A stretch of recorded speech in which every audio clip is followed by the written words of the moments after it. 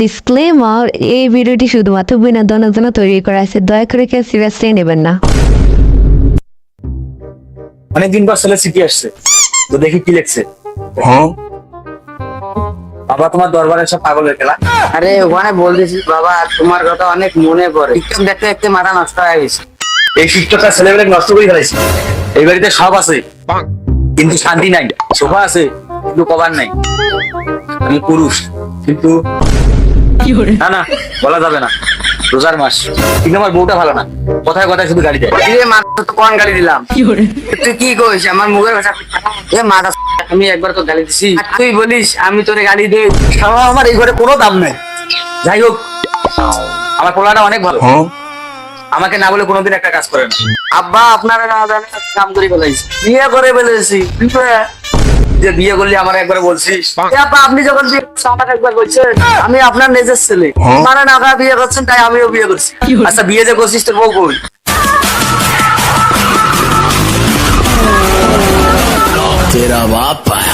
আব্বা এই ঈদের হাই আব্বা। কি রে, নতুন বউ কেমন কেমন করতেছে?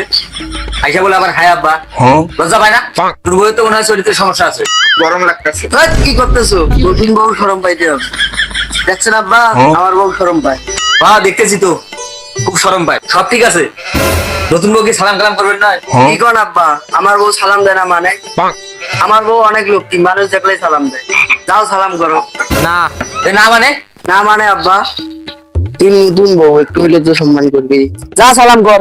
থাকা থাকা, সালাম করতে হবে না। দোয়া করি সুখে থাকো, দোয়া করি যেন মাসে মাসে 2-4টা করে বাচ্চা হয়। কিছু ভুল করলাম নাকি? আল্লাহ একটু আল্লাহ সালাম করলাম, সালামি দে। আমি সাহেব কিনা ছবি দেখছিলাম, 1 টাকার বউ।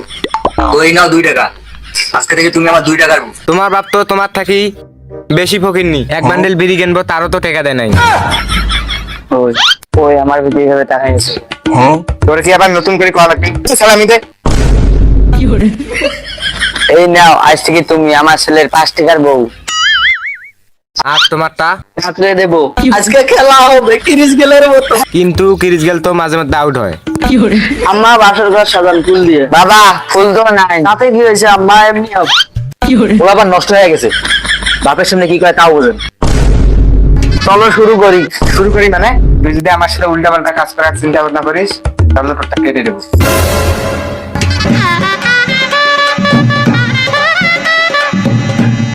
বাচ্চাদের অপেক্ষায় ছিলাম বলে খেলা হবে, কিন্তু সে তো খেলতে দেয় নাই।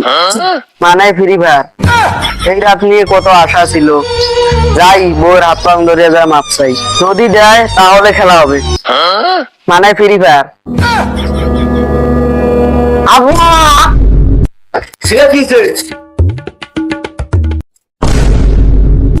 কেমনে হইলো সব?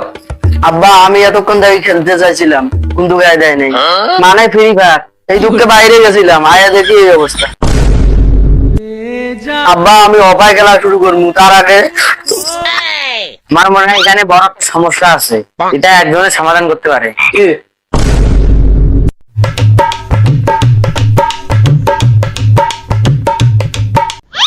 কিরে তোরা কই থেকে এলি? ওই যে ওই খেত বাড়ি থাকি। ওটা তো খেত বাড়ি, তোরা ওখানে কি করিস? বাবা ওইখানে আমরা ফসল ফলাইতে গেছিলাম। তোরা যে কি ফসল ফলাস ওটা আমি ভালো মতন বুঝছি। বাবা আমরা দুজনকে অনেক ভালোবাসি, কিন্তু আমাদের এই পবিত্র ভালোবাসা কেউ মেনে নেয় না। দেখতেছি তো তোদের পবিত্র ভালোবাসা। কি করবি বাবা, যদি আমাকে না পায় তাহলে মরে যাবে কিসে। ও বাবা রে, মরবা না? আর বাবা মরবো। যাই হোক, আমি যা বুঝলাম তোমরা দুজনকে অনেক ভালোবাসো, তাই আমি তোমাদের ভবিষ্যৎ দেখে বলতেছি তোমাদের কি হবে। এখন তোদের ভবিষ্যৎ দেখতে গেলে আমাকে গিটার বাজাতে হবে, তাই আমাকে গিটারটা বের করতে হবে। বাহ, এটা কখনো হতে পারে না। কি? আপনি আমাদের সামনে কখনো গিটার বের করতে পারেন না। আরে আমি গিটারের সুর না তুলে আমি কিছুই বলতে পারি না, তাই আমাকে গিটারটা বের করতে হবে। আর বাবা দরকার নেই, আমাদের সামনে বের করতে হবে। আরে দাঁড়া রে, এইটা গিটার। কে তুই অন্য কিছু ভাবছিল নাকি? আরে না বাবা, আমি অন্য কিছু কেন ভাববো, আমি অন্য কিছু ভাবিনি। তোর যে চরিত্র বুঝছি, তুই অন্য কিছুই ভাবছিস। তো আমি এই গিটার একটা টার টানবো, সাথে সাথে তোদের ভবিষ্যৎ বলে দেবে। তোরা কি শোনার জন্য প্রস্তুত? রেডি? কে রে, কিছু বাজে না কে? বাবা এর ভবিষ্যৎ অন্ধকার। যা তোরা সোজা সামনের গেট দিয়ে বের হয়ে যা। আরে আরে বাবা বলছে সামনের গেট দিয়ে যাবেন, আপনি পেছনের গেট দিলে অবশ্যই কোনো বিপদ আছে। আরে ওইরকম বিপদ টিপদ কিছু না, সামনে আমার দান বাক্স আছে, যাবার সময় কিছু টাকা দিয়ে যাস। বাবা আমার ছেলেকে রক্ষা করেন, সারি দে। বাবা আমার ছেলেকে আগে বিপদ থেকে বাঁচান, না হলে আমি ছাড়বো না। আরে সারি দে, তুই আমার ঠেলা দিয়ে খেলা শেষ করে দিয়ে নাসছিস। কহ তোর কি সমস্যা, কহ এখন কহ। বাবা আমার ছেলের নতুন বিয়ে করছে, আসলে কে জানি ফোন করছে। কি ঘুমেছে? ও এটা তো আমার কাজ না, এটা তো পুলিশের কাজ, এখানে অনেক ইনভেস্টিগেশন করতে হবে। তাহলে বাবা আপনি কিছু করতে পারবেন না? একটা তো কিছু হবে, কারণ তুই কার কাছে আসছিস জানাস না। না কি বাবা, আমিও তো আপনার নাম জানি না। তো আমি গিটার খুব তুলে তোর ভবিষ্যৎ বলতেছি।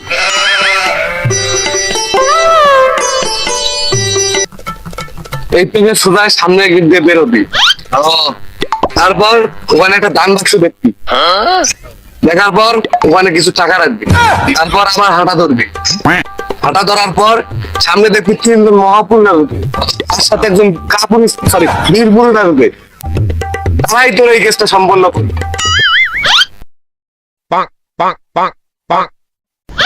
বাবা কে তারা? সিআইডি। এটা আগে ভাঙে গেছে। তারা ভাঙে নাই, তারা আবার অ্যাকশন হবে। এই মলম মলম চুলকানি মলম একবার লাগালে আপনার সবখানে টালা পোড়া সেকেন্ডে আমাদের মলমটি কাজ করে। মলমের দাম বাজারে গেলে 1000, আমাদের প্রচারের জন্য আমরা শুধুমাত্র প্রচারের জন্য এই মলমটি 5 টাকায় বিক্রি করব। তো আমাদের সবাই গাড়ি সামনে চলে আসেন, তো লাগবে নাকি মলম? হ্যালো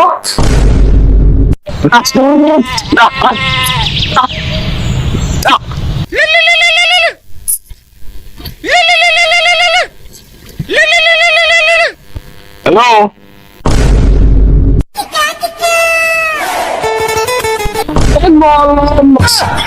অভিজিৎ তুমি এখানে? ও সরি ভাইয়া, তুমি এখানে?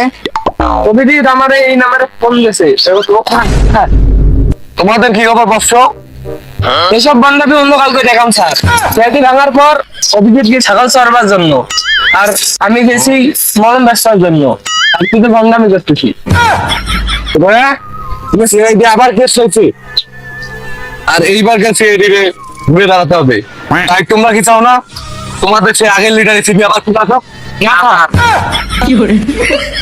আরে দয়া অভিজিৎ, আমরা যে নতুন কেসটা পাইছি ওই মহিলা অনেক মাল সম্পাদী, ওর কাছে অনেক টাকা, তো ও অনেক টাকার মালিক আমি দেখছি, আর এই কেসটা সম্পূর্ণ করলে আমরা অনেক টাকা পাবো। স্যার আপনি কেমনি জানলেন আমার বাবার বাড়ি? আরে দয়া, আমি নিজে ক্লিয়ার দেখেছি, ওই মহিলার কোমরে সোনার চেন ছিল। ও আপনার তো নজর ওইখানেই থাকবে।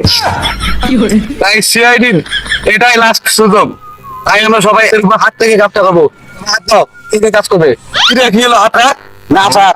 আরে যা, তোরা ডালবি খাওয়া বলা। আচ্ছা স্যার।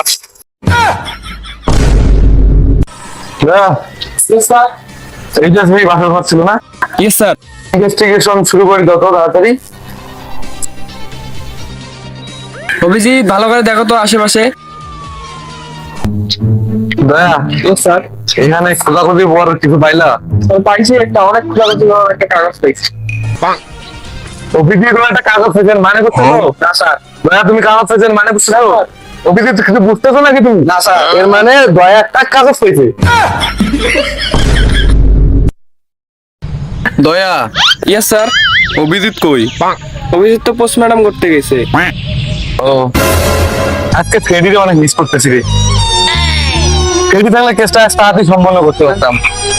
ফ্রেডি আমাদের খুবই ইম্পর্টেন্ট একদম পার্সন ছিল। ফ্রেডি ছাড়া কেসটা সম্পন্ন করা অসম্ভব হয়ে যায়। ফ্রেডি যদি আমাদের মধ্যে থাকতো। সেটিকে মারার মতো আপনি দেয়। হ্যাঁ আমি দেয়, আমি কি করলাম? আপনি মনে করেন ফ্রেন্ড তো বিষ খাইছি। ফ্রেডি বিষ খাইছে? হ্যাঁ স্যার। কিভাবে বিষ খাবে?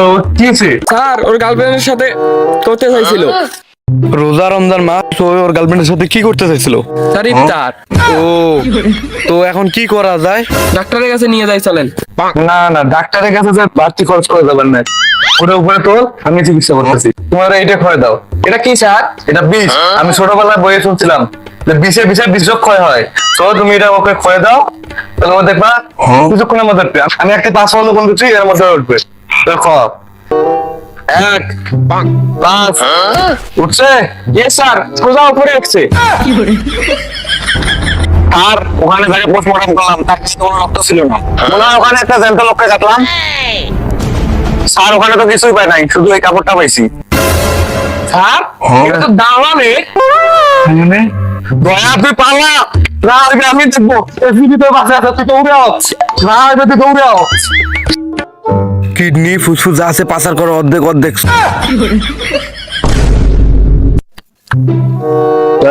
স্যার এই বন্ধু তো কিছু করে পেলাম না। কি হবে? রোমান বুঝ দেবো। স্যার এটা বল না ভাই, চলো।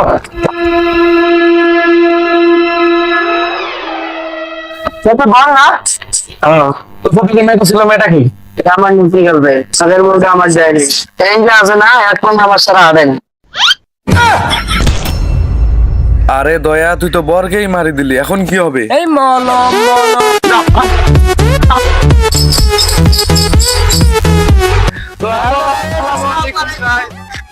সবাই আল্লাহ রহমত ভালো আছেন তো? আমাদের নতুন ভিডিওটা কেমন হয়েছে সবাই কমেন্ট করে জানাবেন।